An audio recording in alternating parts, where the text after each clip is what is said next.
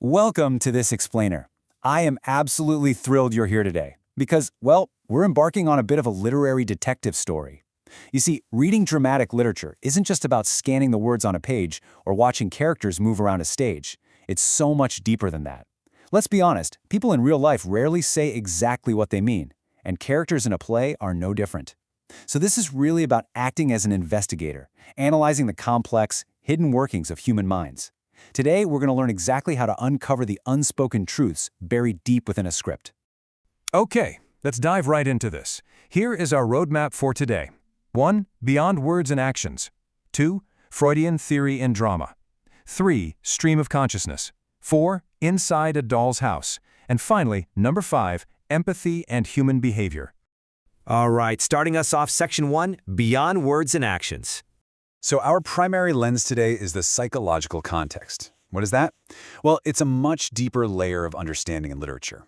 Instead of just observing that a character, say, walked across a room or yelled at a friend, reading for psychological context asks what is really happening inside that character's head.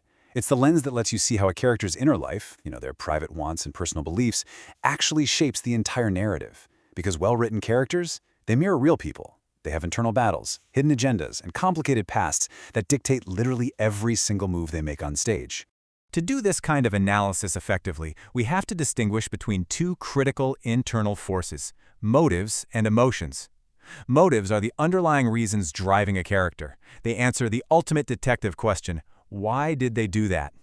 Emotions, on the other hand, are those raw internal feelings like fear, resentment, or hope. Think of it like going to a crowded party. Your motive for attending might be to network for a job, but your emotion right then and there might be crippling social anxiety.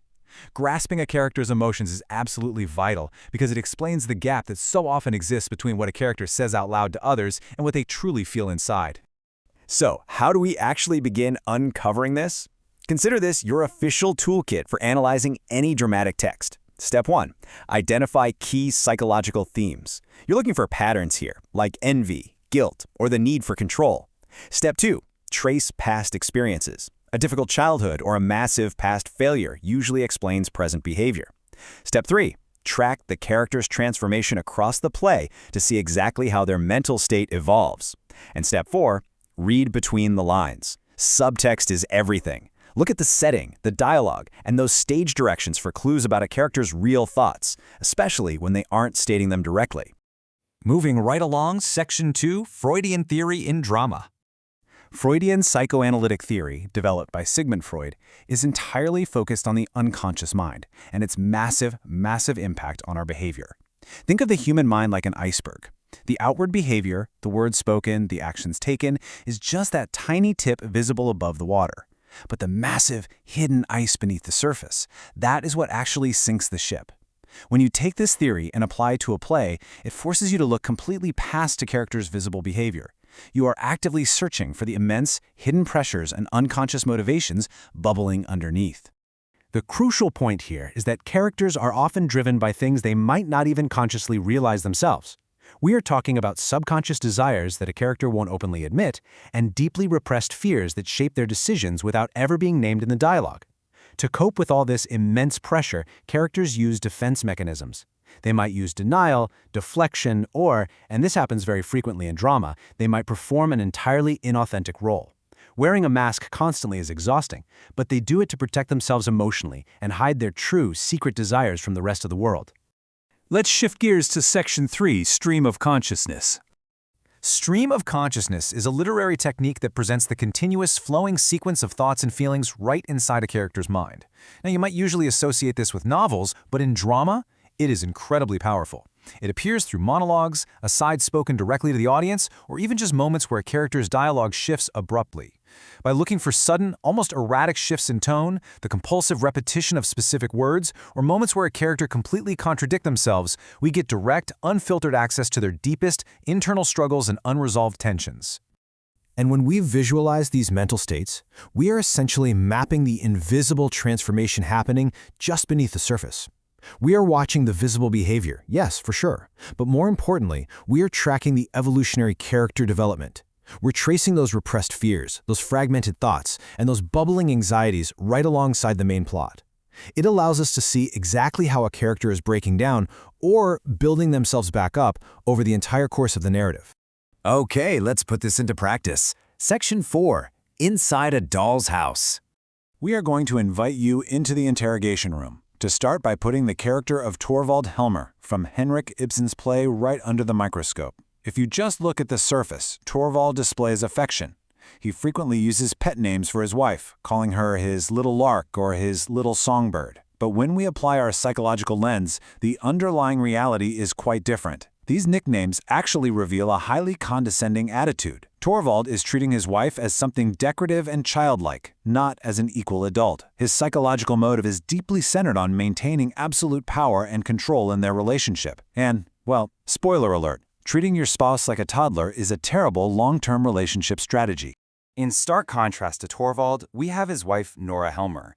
Nora's outward persona perfectly matches the role Torvald expects her to play. She presents herself as a carefree, playful, and financially careless wife. She acts the part of the little squirrel. But her hidden reality? It is vastly different. Privately, Nora is a resourceful, highly capable woman who secretly secured a large loan to save her husband's life, an act that required her to forge her deceased father's signature. Her outward performance completely masks her immense internal stress, her courage, and the massive secret she is carrying every single day. So let's do an active close reading exercise together right now. Ask yourself this guiding question. What do Torvald's specific word choices reveal about his view of Nora's intelligence and independence?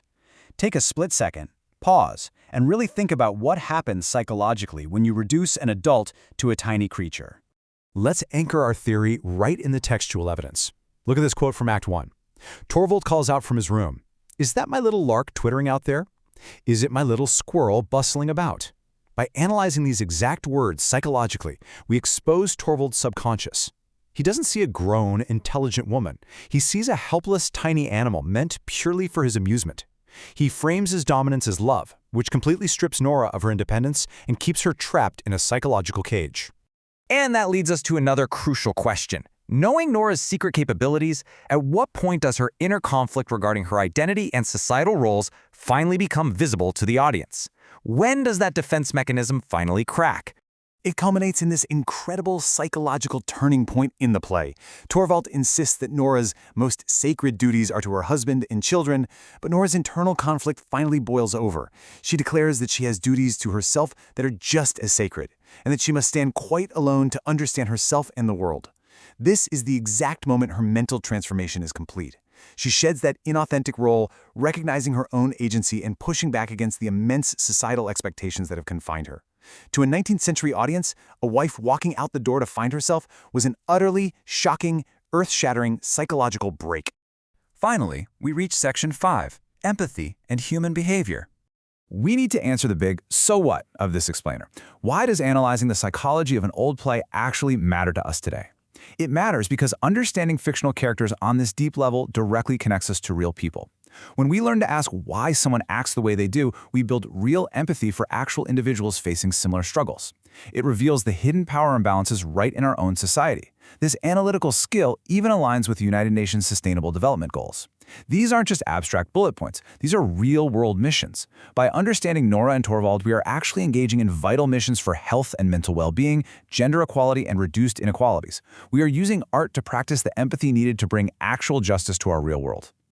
I want to leave you with this final, provocative thought to carry with you.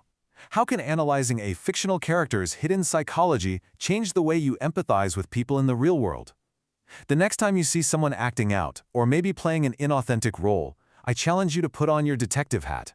Look past the surface, look past the dialogue, and try to see the human being underneath. Thank you so much for joining me for this explainer, and keep exploring.